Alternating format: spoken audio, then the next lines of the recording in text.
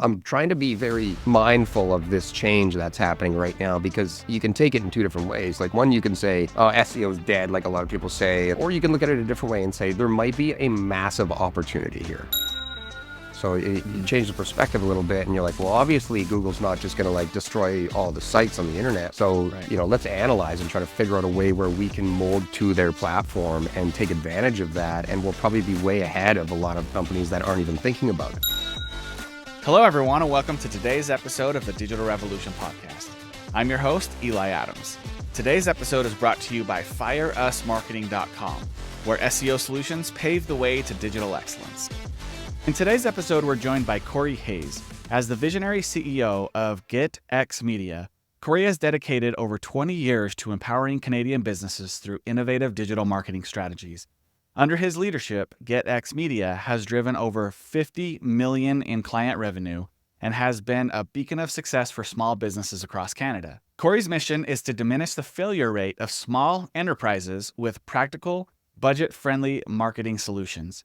Beyond his professional achievements, Corey is a world traveler with a passion for creativity, which he integrates into his work through video, photography, and drone imagery. Join us as Corey shares his profound insights and strategies that continue to transform the landscape of digital marketing in Canada. Welcome to the show, Corey.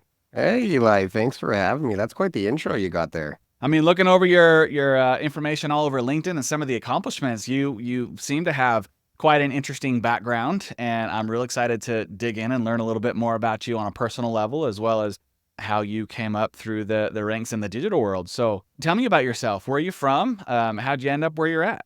I'm a geek. Also, this is the first time I've been on somebody else's podcast, so thank you very much for having me. Yeah, absolutely. Happy to have you here. Yeah. If I don't know, I could tell you a little bit of a story. Like when I was a kid and I was 14 years old, I was designing websites for fun. Do you remember when you used to play StarCraft or Diablo, like Tony Hawk's Pro Skater with all your friends when you were a kid? So I was doing that.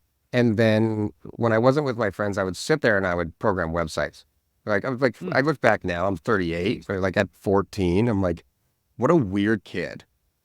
Yeah. To be really. I love building websites and programming and the internet is cool and this is awesome stuff. I'm like, that's where I started. And then when I got to the age of 18 or 19 years old, I had a lot of friends that were becoming entrepreneurs out of high school. So most of the people that I was surrounded with were people that wanted to start a business and they needed someone to help. And in Calgary, Alberta, where I'm from, most of these people are tradesmen. So we're a city of trades, like electricians, plumbers. If you do market research or a marketing guy, if you look at the competition for trades on SEO and advertising in Calgary, it's number one in Canada. It's the toughest place. It's the toughest place to go with that stuff. But a lot of my friends were getting into that. And I was one of the geeks that was doing my IT stuff. And it was just demanded of me almost at the time that I help with the skills that I had to do this. So I started doing websites for $500. Some of them I did for free. It was a game to me. But then it started to work where the people that I was building websites for started to make money. And it started working pretty well. And that's why I kind of got fascinated with the marketing side of things, because I was like, holy, I'm literally just putting my skills to use and it paying people in immense amounts of money and providing them with so much business. I'm like, this is such a cool thing. This is such an awesome thing. So that's how I got started anyway. I mean, from when I was 19 all the way up until now, I don't really want to fast track it, but I had a mission behind GetX Media, which was to run the company with freedom of location from anywhere in the world. Mm-hmm. So those two things go together. So one, providing the value to the businesses, and then also having my freedom to do whatever I want to do all over the place. Yeah. So I started to travel and I went to Venice Beach, California was one of the first places I went to, and I lived there for 6 months. That was the first experience I had with running a company from abroad, and I failed miserably. I spent all my money. 6 months later, I came home. I was broke. I'm straight back into my house. I'm like, get your shit together. I had to figure it out. And then So I sat down, Calgary, worked for a little while, built up some clients, built the business, and then I was like, let's give it another shot. And I went to Thailand, and I moved to Thailand for 4 years, and that was probably the first stretch of time where things actually started to work. Like it was a reality. Like I could do it, except in Thailand, the biggest issue that I had was the time frame difference between Canada, US, and at home. So I was working night shift. Like that was a pain in the ass. So I had struggles there. Uh, from Thailand, I went back home for my sister's wedding, just as like a temporary thing. And when I got home, COVID hit, and then I couldn't move anymore. So I got stuck there. I don't know if you had the same thing with your agency as I had with mine, but during COVID, we skyrocketed. Like a lot of people went through so many struggles. Like we were going through the roof with sales and clients. Like Yeah, I didn't have an agency at that time, but I know the company I was with did skyrocket like a lot. And we did hire agencies to help scale a lot of our global efforts. And so we did have, I mean, when sales go up, we have more budget, and we were able to put that towards more agencies. So I can imagine having an agency during that time really helped. yeah, it's almost like people weren't allowed to work normally with their operations and their customers. So they had to go internally, and they went to focus on marketing. And then all of a sudden it was like, well, during this time, let's do all of our marketing stuff that we've been sitting on for so long. Which I mean, for people like you and me, that was a glorious thing. For a lot of other people, it was like, almost the end of the world. Some people look at it like that. Yeah. So got stuck at COVID in Calgary. And then I was there for about 2 years during that whole time. And I really wanted to get out. I like to move around. I like to travel. So I was actually drunk at a bar one night, and I booked a plane ticket to go into Mexico. And I got on the plane the next morning, and I came down to where I am right now in Sayulita. And I loved it here. Like it was so nice. Yeah. So I never went back. I mean, that's probably 2-3 years now I've been down here going back and forth and back and forth. But this would be like almost my new home. So it's probably a little cheaper than living in California or anywhere in the States at this Definitely. point, right? And it has, some exotic feel to it, kind of like Thailand, but better time zone, right? So that works out so you don't have to work overnight. Absolutely. Yeah. So same time frame is a beautiful thing. I was a solopreneur when I was in Thailand, which was why that night shift was like, ruthless. Like it was a pain in the bottom. But now that you got kind of staff and a lot of people handle some things for you, I just think it's important to say that I could probably get away with that now. Like I could go over there now because I got staff who can handle a lot of stuff during the day, and then I can work during the day over there, and it's totally fine. But so growing up, you say early on at 14 you were coding websites. Walk me through that. Like, how did you get started? Were there trainings online? Did you just like mess with things? How did I know there wasn't like WordPress, one button click install at that point. So like walk me through that. How did you get into doing that? okay, cool. So when I was playing, I used to like StarCraft a lot. And StarCraft was like, you could play all the levels and you could go through it. And my favorite part about that game was you were allowed to go and build your own levels. So you could build out anything that you wanted, and you could strategize with that. When it came to doing the web design, I found a course online, and it was build your own CMS, like WordPress. So I went through it, and it was so basic. It was like, here, you could log in. You could hit create page, you could make a page, you could type your text, and your text would come up. And I was like, this is cool. Yeah, this is awesome. That was the first experience I had with building that. So it was PHP, HTML, and CSS when I was 14, which, now I find, unless you're a developer, I mean, you can get away with a lot of stuff without knowing that. Like you need to know that kind of stuff. Okay, so you had online training that taught you how to do that, and then how far into that? How many more years until something like WordPress and those other ones started coming out? I know Shopify was a little bit further on, but at what point did you transition over to the one-click install? I was probably 23 or 24. I mean, there was a lot of page builders that were out there. Like this was before Squarespace, before Wix, before GoDaddy Site Builder. But WordPress came around, and I installed WordPress and took a look at it, and I was like, holy shit, somebody made something awesome. I'm like, this literally just runs everything for me. It's easy. I don't have to be intuitive with code. I'm not searching through files.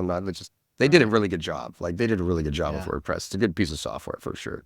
Right. And I remember installing WordPress, you had to use like FileZilla and drag and drop the files into it. And in the beginning, I would go in when I started building websites in WordPress, maybe, I don't know, 12, 13 years ago.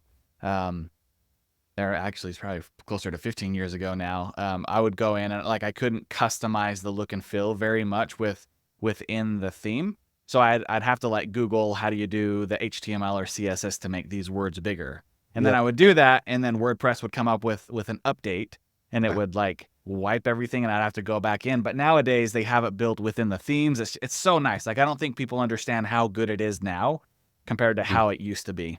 Oh yeah, I remember when you used to have to set it up. You actually had to go and code your database into the WP admin file. Mm-hmm. Which, nowadays, new people who are coming on board, if you told them how to do that, they'd be like, why this is challenging, it just doesn't make sense. Like things getting easier and easier as the days go on, honestly. Like I enjoy it. So let's talk about how you got into the marketing side. So you said you started building these websites and your clients started ranking just sort of naturally. And you're like, hey, why is this happening? You dug into the marketing side. What part of marketing or what channel did you dig into first? And at what point did you turn your agency into more of a marketing agency as opposed to just a website building agency? I think I had almost like a holistic approach to this because, I didn't know all of these marketing terms when I started. Like I didn't understand the SEO. I didn't understand the advertising. I didn't understand pay-per-click. I didn't understand all this stuff. It came with the company owner asking me for something and me just having to try to deliver whatever that was. So if it was, hey, I need more business, then I would go through a list of stuff that I had, like, well, maybe we could print, let's do some direct mail, let's put up some lawn signs, let's the whole thing was there. Yeah. And the website design was one thing. SEO caught my attention when I started to look at analytics and traffic reports on the sites that I had. And then you kind of dive into it and you're like, where's this traffic coming from? Who are these people? Like who are these people who are looking at my website? And that kind of put me down a rabbit hole into, this is making us money. Like, how can we get more of this? How can we bring more of these people in? So, that was pretty much it. I mean, I always liked SEO over pay-per-click advertising. I honestly think that pay-per-click advertising is like a temporary solution to a longer-term problem. So, I mean, if you want to get some quick business in the door, go dump some money into pay-per-click and I'll get you a couple leads. But if you're trying to build a company and you're trying to have a sustainable business model that's operating, like you're going to have to put in some long-term work in order to make that happen, which is why SEO, I think, is my preference. I mean, I'm sure agency owners have different opinions on that kind of stuff, but that's what I feel. That's my opinion too. And I talk to my clients about that a lot. Like if you want an upfront win right now, do that. But the problem is if you turn it off, it's automatically gone. With SEO, it does take a little bit longer, a little bit more of an investment. But once it's going and you have some momentum, like you can go take a vacation for a couple of weeks and not spend any money on it and you'll be just fine, right? But with paid ads, like if you're not monitoring it or continually putting money into it, then it can go south pretty fast. Yeah, it's a double-edged sword though, that SEO. Like you say, you can ads you can turn on and off and on. SEO you can't turn off, unless you're going to shut your site down or something like that. Like you can't turn that off. And I had a problem with one of my clients who we hit like gold on a couple of things. He's a #1 polyview replacement company in Canada called Urban Piping. But like we dominated the market for poly-B for almost 8 years in a row. And at the very beginning, he started to get so many leads that came in, and he was a one-man team. He was doing hot water tanks by himself out of his house. And then all of a sudden we're doing full home repipes, and he's like a one-man team running this operation. And when you're getting, I think he was getting 70 calls like a month for this. And he's a one guy. Yeah. Like you can't handle it. That's a good problem to have though. It's a good problem to have, but I mean, you're forced to grow. And I think SEO can do that to a business. If you get that right and all of a sudden you can't handle what's happening, like you're gonna have to get it together. What are you currently working on that excites you right now? Oh, right now, I have been researching a lot about SGE and AI search Okay. because it's going to change a lot. Like I read some documentation on a projection as to what SGE would do to uh, search it or like search traffic. Mm-hmm. And it was between, I think it was 16 to 60% loss in traffic was like their Mm. projection Yeah. on it. And I mean, Mm-hmm. like that scares me a little bit because I do so much SEO for a lot of people. I'm like, if I lose 16 to 60% of the traffic from my clients across the board, it's like people are going to be mad, you know, people are For going to be sure. upset. And of course, because you're the agency owner, as you might know, it comes down on you. So Yep. like you're the guy. Yeah. So um, I'm trying to be very mindful of this change that's happening right now because you can take it in two different ways. Like one, you can say, oh, SEO is dead, like a lot of people say, and this is going to be a huge pain in the ass. And or you can look at it a different way and say there might be a massive opportunity here. So you Mm-hmm. change the perspective a little bit and you're like, well, obviously Google's not just going to like destroy all the sites on the internet. Like they're going to be there. So, Right. let's analyze and try to figure out a way where we can mold to their platform and take advantage of that. And we'll probably be way ahead of a lot of companies that aren't even thinking about it, or the ones that are sour that think it's going to die. Yeah. Mm-hmm. Um, so that excites me right now because that's a whole new thing. Have you had any like aha moments like in your studies where you're like, oh, okay, here's what we need to do to stay ahead of it? This is so new. This is such a Mm-hmm. new thing. So, like, I haven't even started to implement a lot of the SGE stuff yet, but I'm working on a game plan in house. It's probably one of my most like priority things. Yeah. But Mm-hmm. I mean, I haven't had any kind of aha moments other than me watching a couple of demos from some people online. Guy, what's his um something Ninja, some marketing agency. You ever heard of them? Mm-mm. Exposure Ninja. These guys. Okay. These guys are good. Like that's a good marketing agency, and they are doing an immense amount of SGE stuff. So he's got videos on this all over YouTube. He's one of the only agency owners who are actually talking about it, which I appreciate. And Nice. he's got like documented case studies of him using the test SGE system by Google, which isn't even out to the public yet, to see what Mm-hmm. he can do to, not manipulate is a bad word to use because Google doesn't like that. Yeah, But for to, sure. but to adjust and enhance the rankings. And Mm-hmm. and he's doing it. And he's got some good examples. Like one, he Googled how many books he had on that he wrote. And the answer was Mm-hmm. 5. No, the answer was 3. But in his AI search that came up, it said that he had 5. And he's like, Hmm. this isn't right. So he went onto his website and he wrote a blog post about how many books I've written, like on his website, Mm-hmm. which had a low domain authority. He doesn't spend a lot of traffic on this thing or doesn't spend a lot of time marketing it. And then within 5 hours, the AI had updated and it said 3 books, Wow. like within 5 hours. So, I mean, it's quick now. Like, I Yeah. mean, I remember when you used to write content and build a website and then you go submit it to Google and you sit back for 2 weeks. Yeah. I mean, before you could even submit it to Google, before there was even Google Search Console, the only way you could get index is to go get another link from another website and that was already indexed and being crawled. Yeah. Like, madness. I think it's cool. I think it's moving in a really positive direction. So I've done some homework into it, and I intend to do a lot more research. But what you're saying makes sense. So I've been trying to think of like, okay, so does it affect local versus national versus international? Like what does it affect the most? I've noticed it pulls up a lot of like Reddit threads. So if you're not being talked about on Reddit, go get on Reddit, get talked about there, right?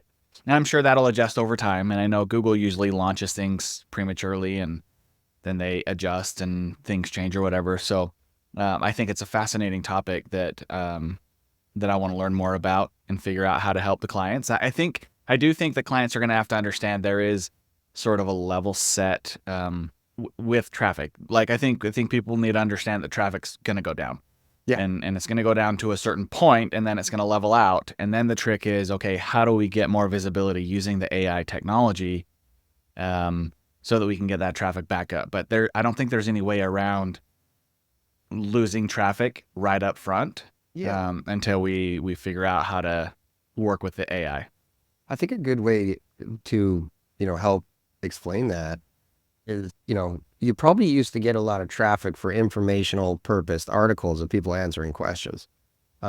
Those are becoming unnecessary because now you have an AI that just answers the questions on the spot for you at the top of the page. Right. So that's where you're going to lose your traffic. I mean, all this information that is general knowledge to the public stuff is going to be kind of useless as your SEO strategy.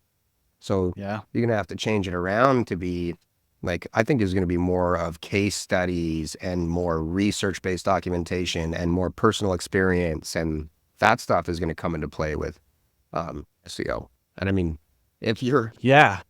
You're totally right. And that makes me mad at Google because like I feel like that's been the strategy for the last 15 years is answer questions and add value. And now all of that can be answered real fast with AI. that's that thing. And I mean, this is a pain in the arse for companies that have, 500, 1,000 blog articles on their website. Yeah. Because what are you going to go through and rewrite all that? Like, Right. you might have to, which is Mm-hmm. the ugly truth if they do that, which, I mean, at what point does it become worth it? Yeah. Because I mean, obviously the whole point in investing into the SEO and the marketing strategy is to make money. So, at what point do you want to turn around and say, is it worth it for me to go and spend 30, 50 grand on content writing to fix everything I've got? Or is it worth it for me to go put that 30, 50 into something completely different that'll make me money? Yeah. That's a For question I think that's going to be coming up. But So outside of AI, you working on anything else that's exciting? I did a documentary a little while ago where we drove from Calgary, Alberta to Tuktoyaktuk, and I filmed the whole thing. I had like 5 cameras and a drone. And I'm like working through all this footage right now, but holy, trying to edit a documentary is an absolute time vampire, man. Like video editors, praise to you because this stuff takes some serious time. Like, Yeah. so that's a project that I've been working on for a while. What's the documentary on and what's sort of the purpose of doing it? Well, it was just a couple of friends of mine got these brand new adventure bikes, like a BMW G6, and forget what the other one was. But they just wanted to rip these bikes and go to Tuktoyaktuk. And there's a road called the Dempster Highway up there, which is, they call it the highway that hates you. And it's just like a dirt road for about 1,000 kilometers. Like it takes a couple of days to go through this thing. And they just wanted to tour it. So they asked me if I wanted to do the documentary filming for it, as well as be their safety vehicle. So I followed them in a truck just in case anything bad happened on the highway. So I had extra tires and everything with me and everything in the back, just to make sure that nothing bad happened. But it was for fun. It was for fun. Well, that's awesome. So you have a lot of knowledge. You've been in the industry for a long time. And in your bio, we talk about how over the last 20 years, you've brought 50 million through your clients, right? So walk me through that process. Is that like when you get a client, what does it look like? Is that 50 million all through paid ads? Is it all combined together? When somebody comes to you and says, I need help, what's your process to figure out which channel they need the most and where you put a lot of the focus? So the strategy is, I work with local service companies majority of the time. So the strategy is pretty streamlined. So, somebody comes on board, it's either going to be a web design or a website overhaul to make sure that it's optimized for conversions, probably number one, because there's no point in doing any kind of marketing if nobody's going to convert or call or fill out a form or anything. So that's always number one. Yeah. Number two is I take a piece of the budget and I dump it straight into advertising to deliver quick wins. So right off the bat, I want to drive some people some business. So, they pay me, I pay them, which is a very nice thing to do. And then long haul, I do the SEO.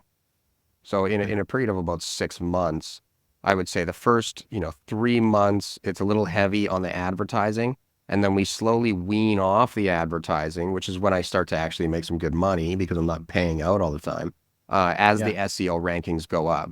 So, I mean, depending on location, depending on city, that is adjusted because, sometimes ranking number one for electrician in Calgary is very, very hard versus like ranking number one for electrician in some small town out in the middle of nowhere is pretty easy. Yeah. So the time frame changes a little bit on it, but that's pretty much a step-by-step process of it. I mean, I always do a strategy too with people when they come on board. And I got this from, I think it's Alan Dibb. is his name. And he's got the one-page marketing plan. You ever heard of that?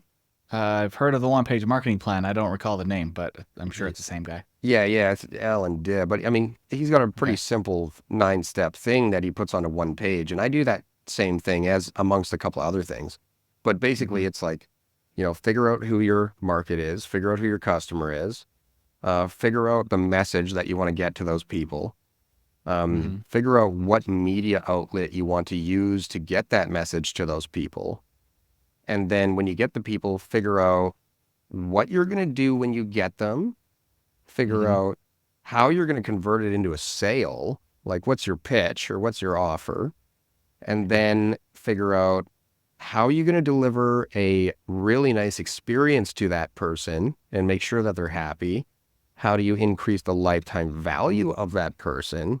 And then how are you going to orchestrate a way to have them refer to you new clients? And I think if any business would just really put a lot of time into delivering a really nice product or service to someone, I mean, that alone is a marketing strategy that is overlooked.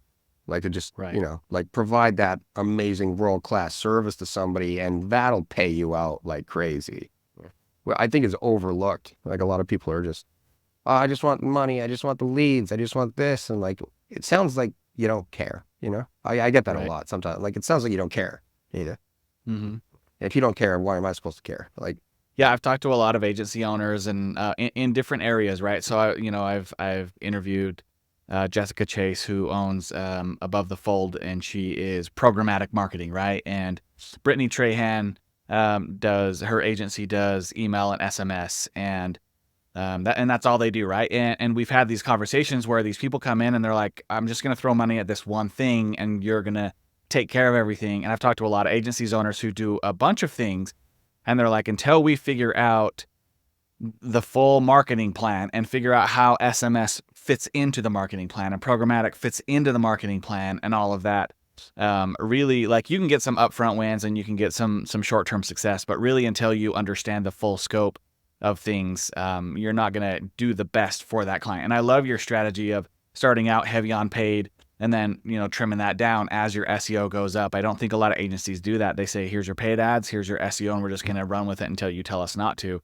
And I love the idea of adjusting that as your organic rankings and traffic go up, you adjust that paid ads down. I think that's a solid strategy. Yeah, it's quick wins. I mean, on your point about, people coming in and talking about strategy, I mean, it was a couple of years ago. I never used to do that. Make a strategy the important starting point to everything. And a lot of people want to skip it. And like you said, a business owners I want to throw money at the problem. They don't want to talk about the strategy. They don't want to go through all these little details that are so important. Yeah. But so overlooked. And it was a couple of years ago. I made it mandatory. I was like, I'm not even going to go into your marketing unless you're going to take an hour and sit down with me and answer about 20, 30 questions I have. And I'm going to put it into a marketing proposal, which comes with a full strategy in it that you're going to sign off on, because you're going to sign off on it because you understand your company, your market. This is what we're doing. We're targeting these people. This is what we're going at here. I need you to sign it because that's what we're doing. And that's important because, if the strategy is flawed or overlooked and not even, addressed in any manner, who's at fault at the end of the day is something that comes in. Right. I mean, I can market some companies all day long and blow up their phones, but if you don't answer the phone or deal with your leads or you treat people like garbage, you're not going to work, So, yeah. I mean, it's so important to address all of those. And I've had constant battles with that and ups and downs with customers and clients sometimes where, I'm not the golden unicorn pony over here. This is a team effort, For sure. Love it. Yeah.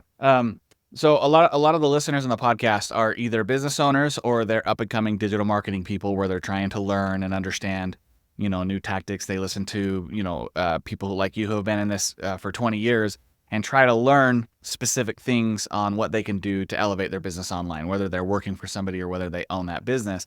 So if we jump into the tactical section of the podcast, walk me through some tactical pieces or strategies that you would offer up to these business owners to help elevate themselves online. let's go with like things I think are most often missed. I think Okay. is a pretty good thing because there's important stuff. Um, the Google My Business account is often looked at as like a listing and you don't do anything with it. I mean, that's an active profile that's done by Yeah. Google. So Yep. you got to pay attention to that thing. I mean, you got to reply to the reviews that are on there. You got to make sure your information is all filled out and accurate. You got to be posting once, twice a week about your Yeah. services. It's also like, it's not like a social network like a lot of the other ones. On Google My Business, you don't post things like, hey, we had a family barbecue at our shop with like, it's an offer. Everything is Right. an offer on there. Which Yeah. I think a lot of people miss that too. Like it's not social media where you're trying to provide people information about, cool new pieces of software. It's, this is me, this is what I'm selling. That's what Mm-hmm. Google My Business is like meant for. Yeah. So I think that is a pretty very important piece that is so often overlooked. Reviews, responding to reviews, like that Mm-hmm. stuff's important. And a lot of people miss that. And it's Yeah. it's so easy. Like Agreed. it's an app on your phone. Like it's actually pretty easy. Like Yeah. it's not, Agreed. you don't need a developer for this. Like this is a pretty simple thing. Uh, so, Right. yeah, that is one. Um, Okay. Opportunity wise, if you're a company that has a targeted keyword list and you know your rankings for all this different stuff on Google, Mm-hmm. there's like very low laying fruit I see with a lot of companies where they rank on the bottom of page one or the top of page two, and they're just sitting there Mm-hmm. and they're not doing much about it. And I'm like, with small changes to the site, maybe implementing schema markup on the website, adding some pictures, just optimizing a little bit more for intent on those search terms with the content. Like you can boost those pretty quickly. Like, and Yeah. even now, like we were talking about it before, 12 hours. So I mean, you could go and adjust your page today, wake up tomorrow, and all of a sudden you're number 3 instead of number Right. 15. Like it's that quick. Yeah. And I think there's a lot of missed opportunity, I think is a good way to put that. A lot of missed opportunity there.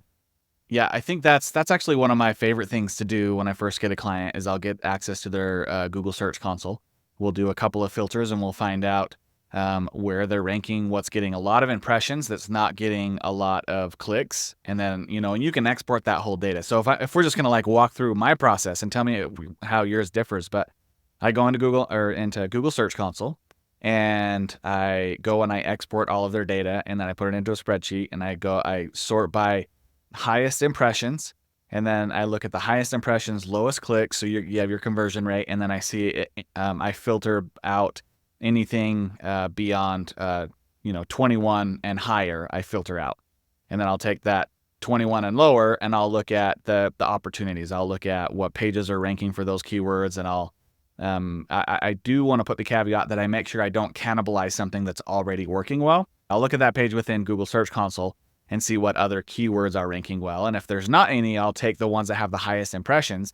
I'll go and update their title and meta tags. I'll update their images. I'll update the descriptions and the H1s and everything else, just on page SEO. And then I'll go to Google and I'll do a site : their url.com space that keyword, and it'll pull up all the relevant pages that could potentially be ranking for that keyword. And I'll look for internal linking opportunities. And I'm telling you, within a couple of weeks, the changes that you see from that low-hanging fruit, just like you're saying, is incredible. Yeah, such a simple thing. I got a little bit of a different process, but I'll do Ahrefs, or I use agency analytics as well to have like a targeted keyword list. But when I use the Google Search Console and I go in and I look at all of the terms that the website is ranking for, I'll compare that to what's already on their website and use that to build content strategy plans.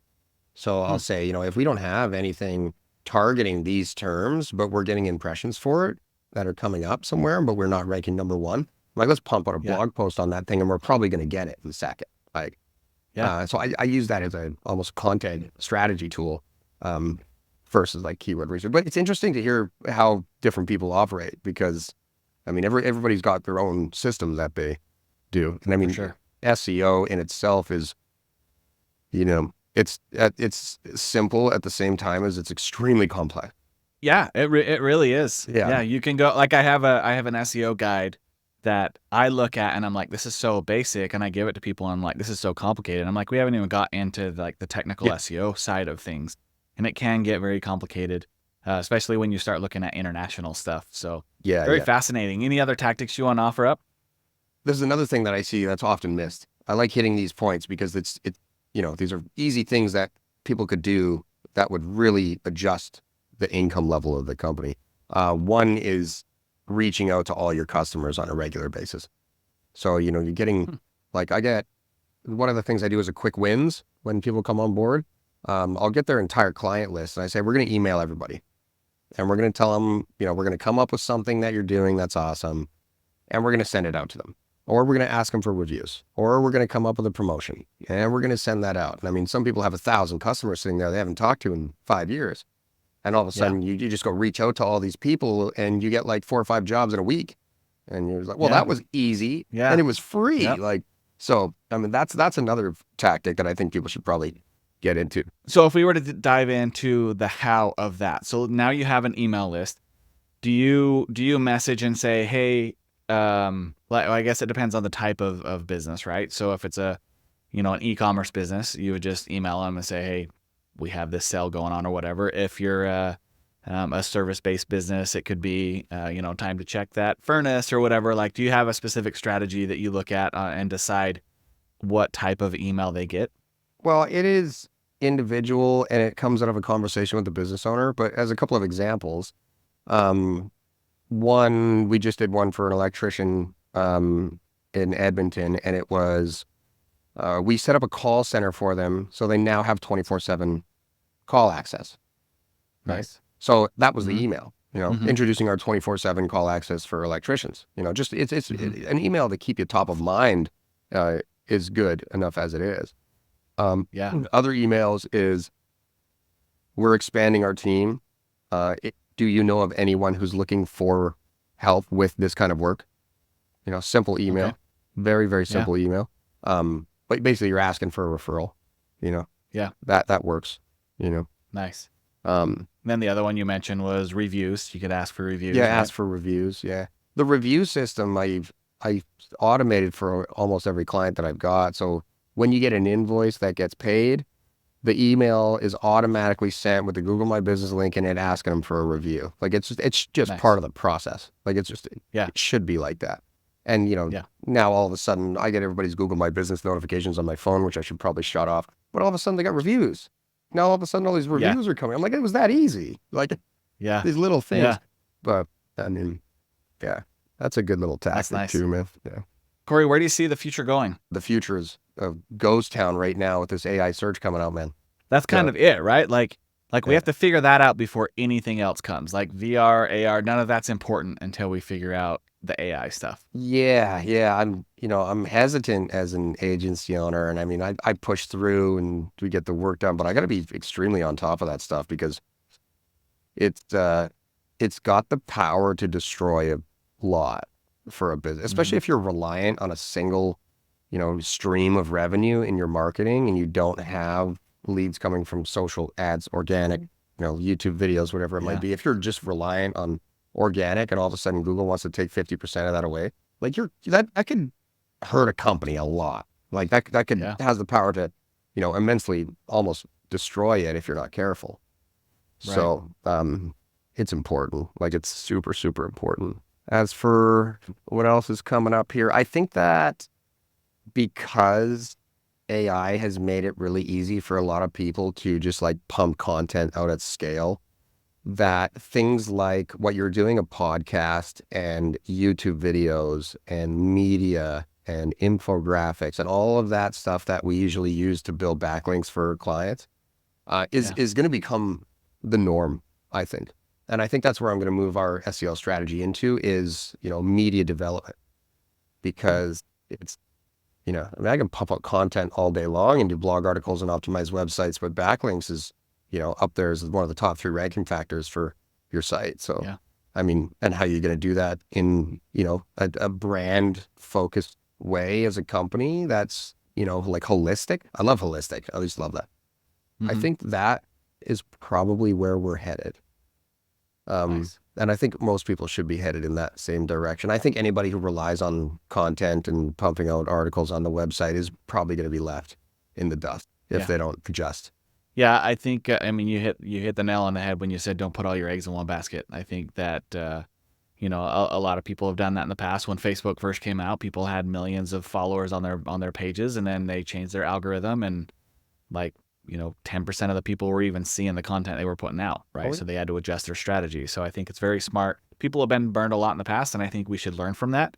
And yeah, we shouldn't put our eggs in one basket. We should try to rank in Google. We should try to rank on Facebook, on YouTube, social media, all these other places as well, and try to get the traffic. And then if one of them changes, we figure out, we take time, we step back, we figure out the strategy while the other ones continue to support the business. You know, it's like Gary Vee had a good point when he was talking about it. He's like, you know, just get in front of as many people's eyes as possible. And that involves hitting every medium. Yep. So, you know, people who want to listen, hit them where they listen. People who want to watch, hit them where they watch. People who want to surf through Instagram all day, hit them there too. You know, people who are searching on Google, hit them there too. Like, we want to hit them everywhere. Yeah. That's easy to say, not easy to do. Yeah. It's a lot of work. It's a lot of work to do all of it. It really is. Okay, so Corey, at the end of every episode, I ask two different questions to the guests. And the first one is, if you could go back to your younger self and give advice, what would that be? I would probably say, don't hesitate and make some mistakes. Okay. Because I think a lot of us get stuck in analyzing state where we get like analysis paralysis, what they call it. And I think a lot of people get stuck in that. And, you know, like, it took me a while to turn into like action man, to just be like, you know what, do it. Like, you're probably going to screw it up. So like, just go screw it up, and you're going to learn faster that way. And no amount of thinking, studying, reading is going to be a better teacher than you going to screw it up.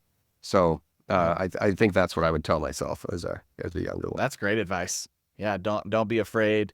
I think it's okay. It's okay to go and analyze things and to learn, but you're right. People do just learn and learn and learn, and they don't start because they're afraid. Even like podcasts like this, right? If you look at my first podcast compared to my last podcast, you'll see the difference in everything behind me and the quality of mic and everything else. Like, just like you said earlier, Gary Vee's advice, he's like, just start, just get going, and you'll learn along the way. So great advice. What books, podcasts, or leaders currently inspire you? Lately, Alex Hormozy is a big one. Yeah. I really like that guy. That goes into his books. Check it out. Yeah. There we go. Great one. I got it too. Yeah. Yep. So $100 Million Leads, Alex Hormozy is a good book. He's pretty inspiring. I like what he's doing. Like he teaches, multi-million-dollar business strategies and advice to everyone. So, and I've learned so much from going through his. $100 Million Leads by Alex Hormozy is a good one. $100 Million Offers by Alex Hormozy is a good one. Yep. For, this was really nice for companies going from like 0 to 1 million, like at that, because that's the toughest stage. I think it's easier to go from like 1 million to 2 or 3 than it is to go from 0 to 1. Like the 0 to 1 thing is the hardest part. And this guy, Vern Harnish, was a good one. So he's scaling up. Okay, scaling up. Nice. Which he's also got a course on Mind Valley, which I really like. And he's got a 0 to $1 million course that walks people through, basically all the information that you need to follow in order to get through those tough stages, which I found that very good.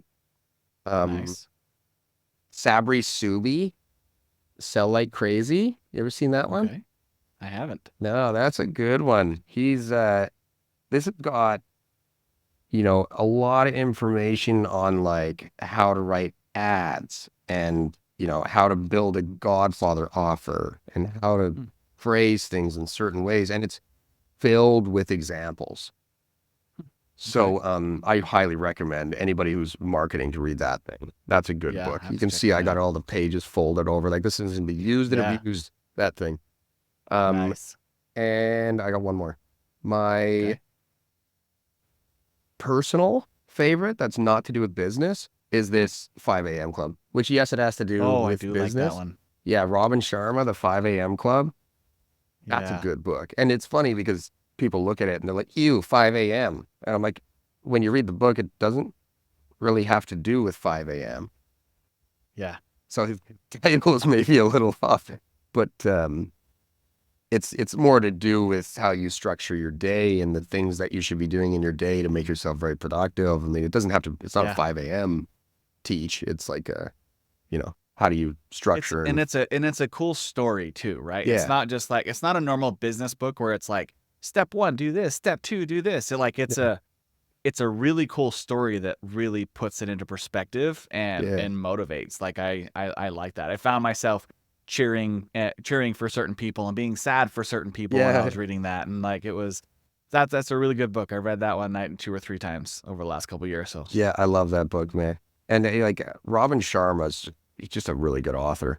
But I actually was so inspired by that book. I went and reached out to him on Instagram, and I was like, hey, just wanted to say I read this book. It's an awesome book. He sends me a voice note.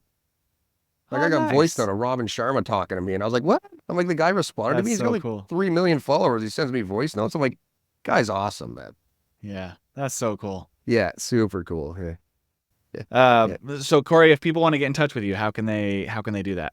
They can just probably go to our website, getxmedia.com. I'd probably say we launched a new strategy thing. So anybody who wants to have like a free, strategy, we do. This is our podcast strategy. I'll tell you this right now. Okay. We do an interview with the client as we want to showcase your business. Let's talk about you. Let's talk about everything that you've gone through. And we go through the series of 20-25 questions in an interview status, almost like a podcast. And then we take that information and we prepare like a 5-page marketing plan for them. And it's all free. It's all free. So you get exposure on the way in for free. You get a marketing plan for free. And then you have the option, if you want to hire us, we're here. So that's how that is going to work. But yeah, I'd say if anybody wants to go through that process, I'm all ears. Let's do it. Okay, nice. Very cool. Get X Media. Okay, for everybody watching on YouTube, I'll put it up on the screen. I'll put it in the show notes for everyone else as well. And I really appreciate you taking the time and chatting with us. And I learned a lot, and I think that, I think we'll be in touch. I think that we've built a relationship where we can reach out to each other and help each other out. And yeah, absolutely, man. It's a new thing for me to talk to other people in the industry, and I'm all ears for it, man. I like it because I want to know what other people are doing, and I'm happy to share what I'm doing. And I think we can help each other. We don't look at each other like we're competitors. It's like, we're doing it. There's so much work to go around, man. Like, let's help each other out. Right. Absolutely. Yeah. Abundance. There's so much out there, right? And I get that there's probably some, crooked people who want to take from other people, but I think for the most part, people are good and we should trust them. Yeah. And I think it's good to learn from one another and each other's strategies and stuff. And it can only help each other out, right? It'll help your clients to hear what I'm doing. It'll help my clients to hear what you're doing. And absolutely, we'll just move forward with that, right? Totally. Thanks again for taking the time. Appreciate it. And for everyone listening, we'll talk to you guys next week. Awesome. Eli, thank you very much, man. Appreciate it. Yeah, you bet. Thanks so much for listening to the episode today. Listen, I know how valuable an hour of your time can be, and for you to take that busy time out of your day and spend it with us, it really means a lot. If you enjoyed today's episode, please consider liking and subscribing on whatever platform you're on. And don't forget to leave a comment. Tell us what you thought about the interview. Ask us questions. Let us know what other digital topics you'd like to hear about in the future. We're here to add value to your life and elevate your digital presence online. If you'd like some help doing that, reach out to me at fireusmarketing.com. See you on the next one.